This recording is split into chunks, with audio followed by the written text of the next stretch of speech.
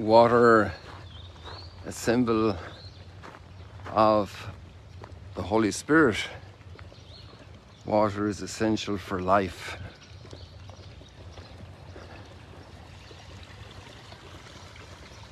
And God sits above the waters.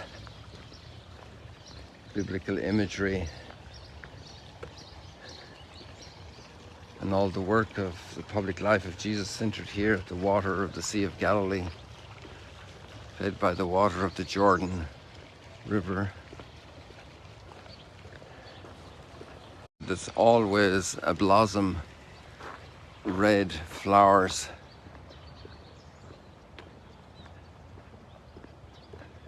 There the sun has risen already. We'll get over there in a little bit for a better view, but just here these flowers are always red for Pentecost.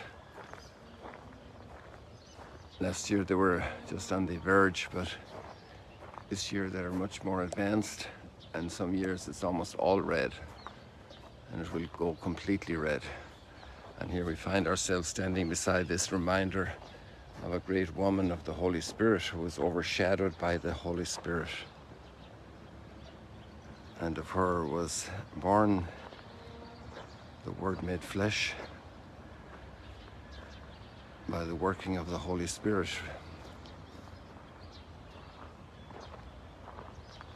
May we all be overshadowed by the Holy Spirit today, the Spirit of God. Come, Creator Spirit, and renew the face of the earth.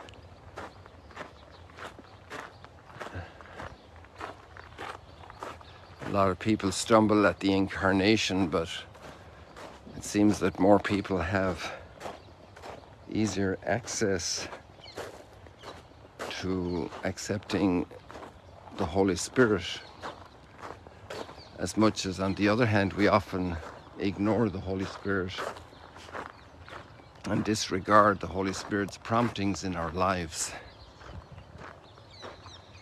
That's the very fine, not a fine line, a fine sensitivity. You know, hi-fi, high fidelity. A lot of electronic commerce was sold with hi-fi, high fidelity recordings, high fidelity, to give the original in complete fidelity. This was a great desire of many wonderful products. And imagine when we can echo and resonate the promptings of the Holy Spirit in our hearts with high fidelity. Blessed is she who heard and carried out the will of the Lord. The waters were hovering, the Spirit was hovering over the waters.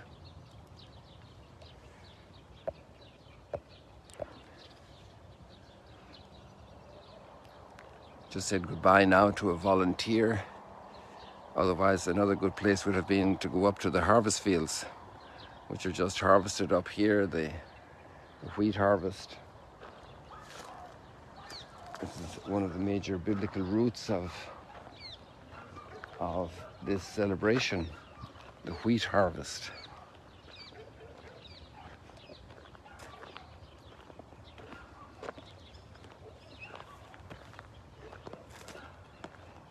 The first fruits associated with God's people, with the reception of the law. The fruits are something that are given, they're not just produced. Fruitfulness and bounty are gifts from the author of life. And sure, also there's a human element involved with particularly receiving the fruits. And so God's law was received in Mount Sinai after the travails of the Exodus. And then the big work began, the big work of learning fidelity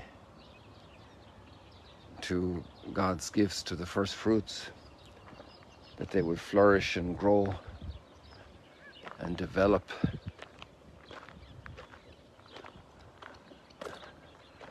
What a mystery.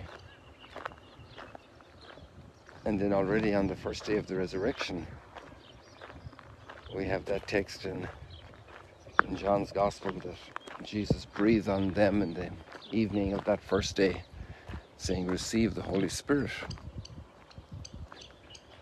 And then words that echoed the beginning of the public ministry, proclaiming the forgiveness of sins, and not just proclaiming it, but authorizing these disciples, empowering them. Another big word for the Holy Spirit, the power of the Holy Spirit, empowering them to forgive sin, the forgiveness of sin.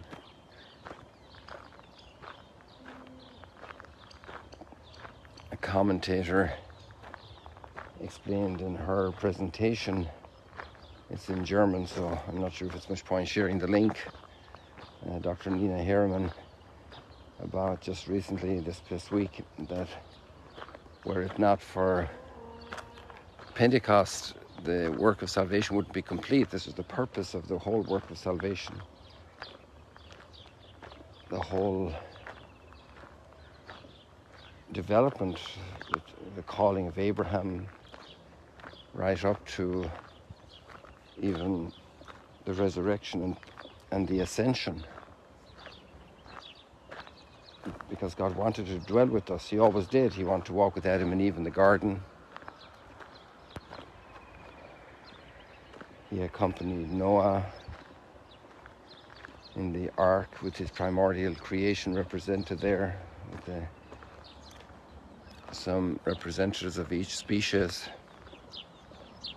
In his major rescue operation after all the disasters of the breakdown of the human being, and now with the Holy Spirit and Pentecost, we have this fulfillment of the God who walked with his people, and not just walked outside with them, but now their person becomes the temple of God. And he walks with us, he walks in us, he is in us, we are one with him, in a unity we can't imagine. And also a gentleness, a kindness, a goodness that really no one can rival God in the delicacy of treatment, the way he respects our liberty, our freedom. There's no force with God. He doesn't force us. He wants our yes. He coaxes us. It's like that Song of Songs, that romance, that drawing rather than pushing, that gentleness.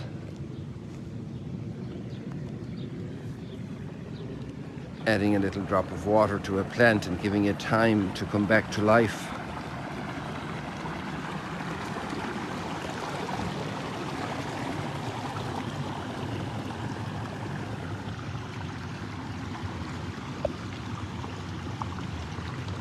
The fruits, a word of the garden, you know, Garden of Eden, the fruits of the Holy Spirit: joy, love, kindness, patience. They're actually mentioned today in the second reading. Today I put up 2 links for you. Oh wow, my phone has cut off again from this.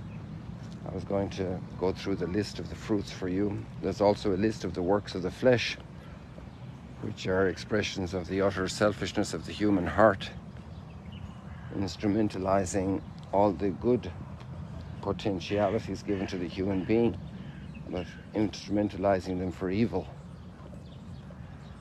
and sin and destruction. And now with Pentecost, this complete renewal of the face of the earth, which is really the face of each human being, which is really an expression of the heart of each human being. Pentecost is a great day. It's a great time to be living after Pentecost.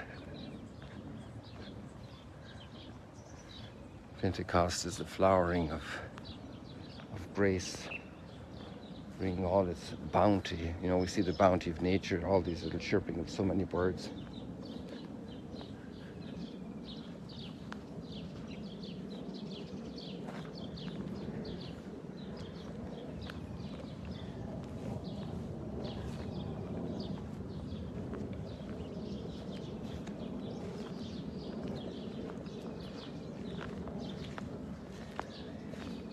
We also have the gifts of the Holy Spirit: wisdom, understanding, counsel, fortitude, knowledge, piety, and the fear of the Lord. What an amazing gift of the Holy Spirit, that great respect before God, whom we so easily dismiss, and particularly in the figure of the Holy Spirit, because we can easily be resistant to grace in our hearts, which is a dismissal of God.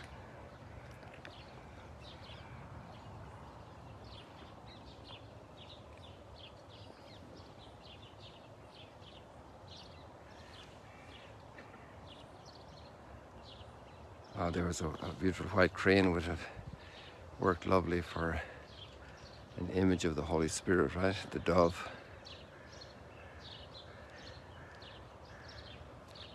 That crane didn't expect to find us here. When I say us, I mean all of you.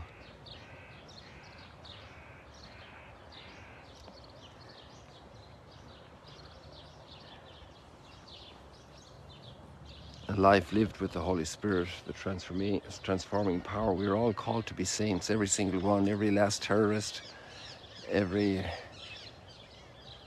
chief of criminal bands. We're all called to become saints, and many do. It's amazing the gifts of the way they work in us, and also the way the fruits emerge. And once I was at a little special kind of a gathering where before Pentecost little cards were distributed, and the cards had the 7 gifts of the Holy Spirit, and everybody could draw a card. And once there was a person who drew one card, and it looked like the person didn't like it, and the girl just said, well, maybe you can ask for a different gift, or maybe you want to get a different gift. But the gift that's given to us is the one we need. And it's a beautiful thing.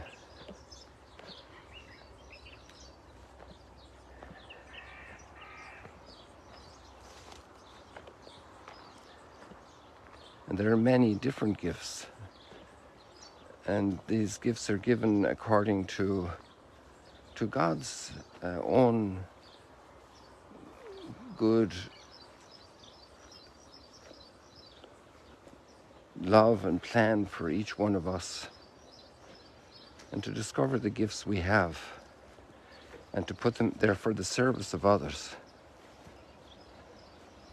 They're also a blessing for us, but they're particularly also a service for others.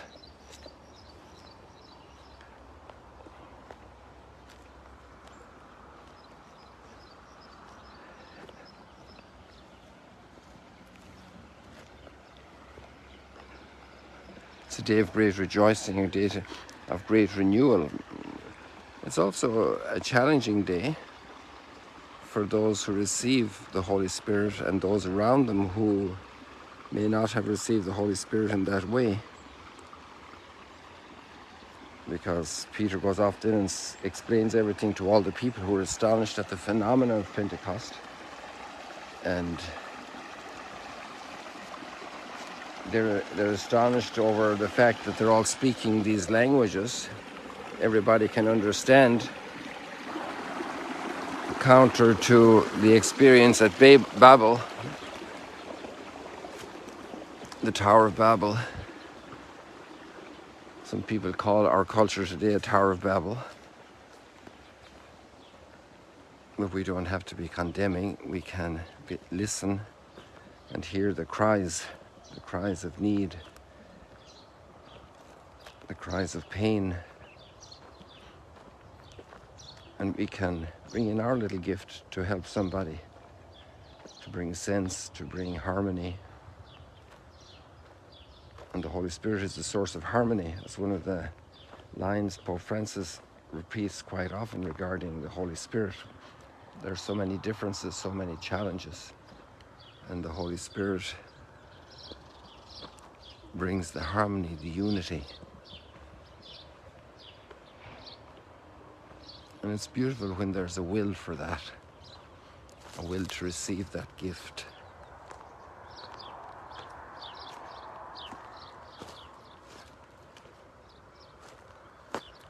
Inside the family, in our own heart and mind and soul, inside the family, in the neighborhood, among the greater extended family, that harmony.